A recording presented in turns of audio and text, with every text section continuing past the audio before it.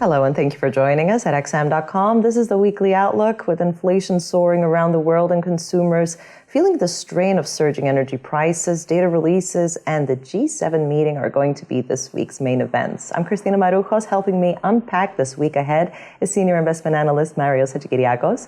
Marios, politicians are under tremendous pressure to come up with solutions heading into the G7 meeting this weekend, especially when it comes to stabilizing energy prices. But can this summit bear any fruit? And if so, how could that affect central banks? Hello, Christina. Well, you are absolutely right. Politicians are really under tremendous pressure to come up with any solution because arguably, everyone knows what's happening with energy prices. I would argue it's the most important political issue in the world right now. So you either find a solution to that if you're a global leader, or you are going to suffer the wrath of angry voters. And that is particularly true in the United States. Since we have midterm elections coming up, the White House is right in the eye of this storm. So the G7 are going to meet this week. Very rarely do these summits produce any real action, but there are whispers that drastic measures are under consideration this time, like price controls, things we haven't done since the 1980s. So it's definitely starting to become a serious issue. There's urgency around the matter, and it doesn't just affect politics. So energy prices are one of the main drivers of inflation expectations in the markets. And central banks look at inflation expectations very closely. A couple of weeks ago, the Federal Reserve told us we did a bigger rate hike than we had planned because we were seeing signs that inflation expectations are moving higher. So what does all of this mean?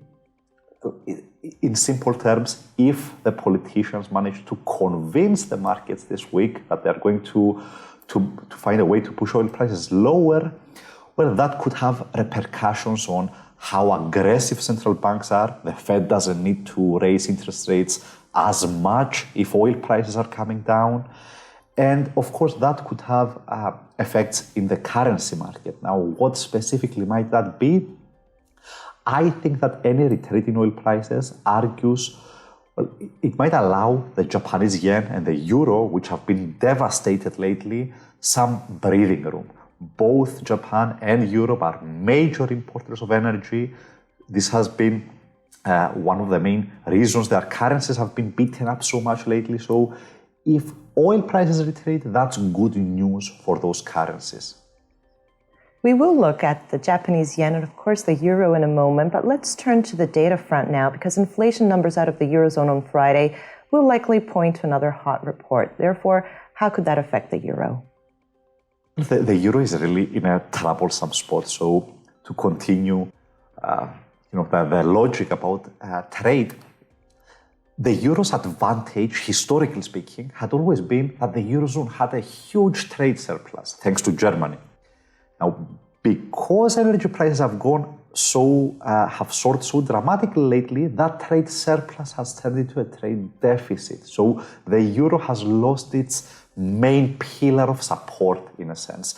And while this is the case, it's difficult to envision any trend reversal in the euro or any massive relief rallies. So with all of this in mind, we're going to get inflation data next week. We have seen some signs in business surveys lately that inflationary pressures are starting to cool down, but that might not show up in this data set.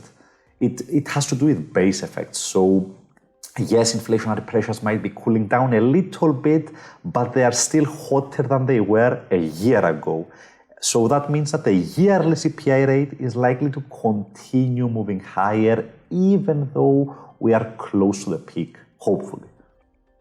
And finally, crossing into Japan, there seems to be a wind of change over at the Bank of Japan because speculation is that it might raise the ceiling on Japanese yields in the coming months.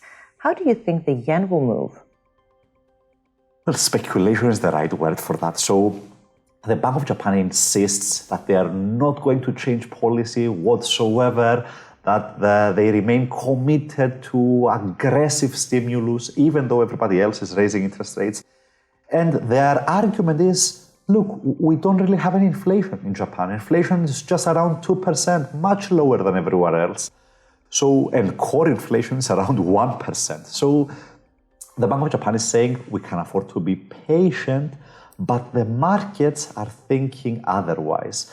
We have seen massive bets lately that the Bank of Japan will be forced to capitulate soon and raise the ceiling it has imposed on Japanese yields. And the thinking in the markets has to do with politics. So the yen's collapse has turned into a political issue in Japan. The government is facing massive public outrage about the rising cost of living and about the yen's collapse, making that worse. So the logic is either Japan is going to see some inflation soon and the Bank of Japan will pivot by itself, or the currency crisis is going to become unbearable politically, and that might force the government to intervene in the FX market. So the yen is still in a downtrend, but there is some light at the end of the tunnel. Now, next week, we are going to get some very crucial data, actually. We might get the first data in several years that actually move the yen.